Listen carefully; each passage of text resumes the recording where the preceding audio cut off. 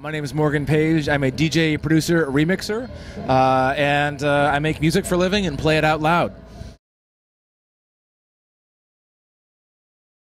You know, the studio's always evolving. I have a nice tune studio at home, and I also do a lot of work on the road, on the plane. So I've recently started getting better at, producing mobily and stuff. But I like to have a studio with big speakers, and I like to work quickly, do a draft a day. And for typical album process, I'll do 80 to 90 drafts. Send, about 10 off to a vocalist, shop it around, see what they like, and then go from there.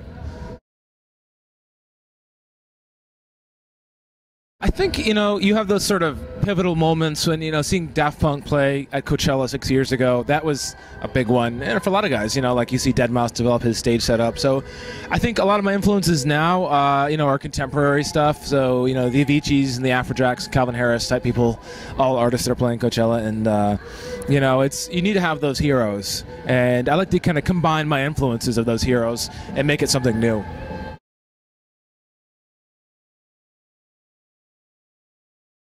It's exciting, it's long overdue. I remember when it wasn't cool to play electronic music, and it was this fringe music genre. So it's really good to see the acceptance. I think the more people, the better, as long as it doesn't affect the music. And, I just want to get my music personally out to as many people as possible. So it's exciting, and it's just good to finally hear it on the radio in daytime, in daylight.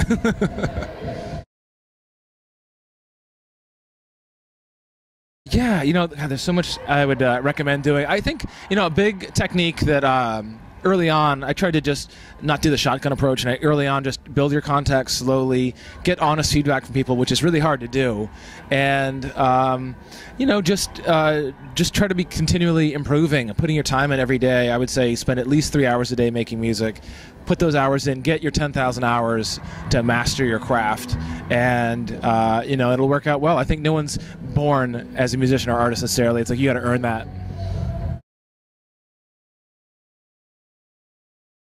Yes, I mean, going to the Grammys, getting nominated, that's definitely a big one.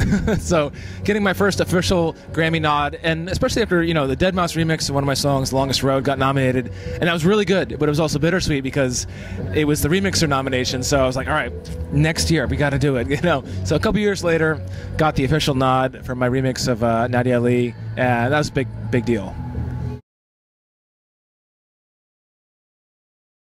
I think, any show where people are, shaking the DJ booth and singing the lyrics at the top of their lungs is always a highlight. I think Red Rocks is a good example of one of my favorite gigs, one of my favorite events.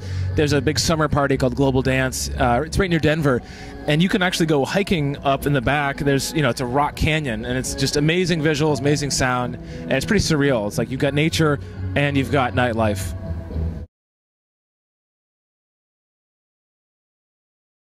I think, it's really about being humble, and no matter at what level you are, just staying grounded, staying level, and then I feel like the guys that last are the ones that understand that.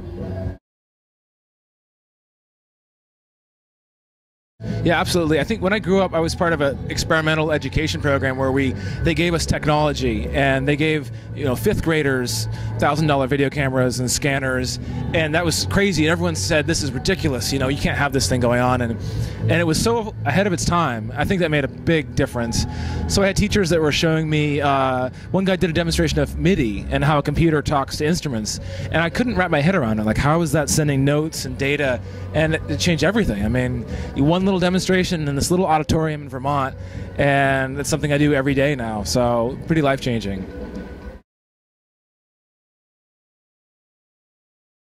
Yeah, I think the earlier you can get involved in music, the better. Just your brain is soaking it up like a sponge, and I think that's that's why it's even more important to have the funding in there. So I definitely feel really strongly about it.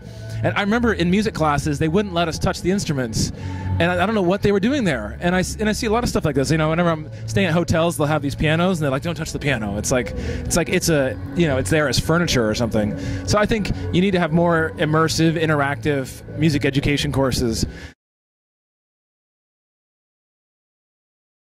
I think music care is really important, especially in the U.S., where, like we were saying earlier, it's like overseas, it's easier to get grants and things, and to be a self-sustainable artist. But in the U.S., it's a little harder, and you need that extra support sometimes. So whether it's paying your bills or dealing with hearing loss, these are all really critical issues for a working musician.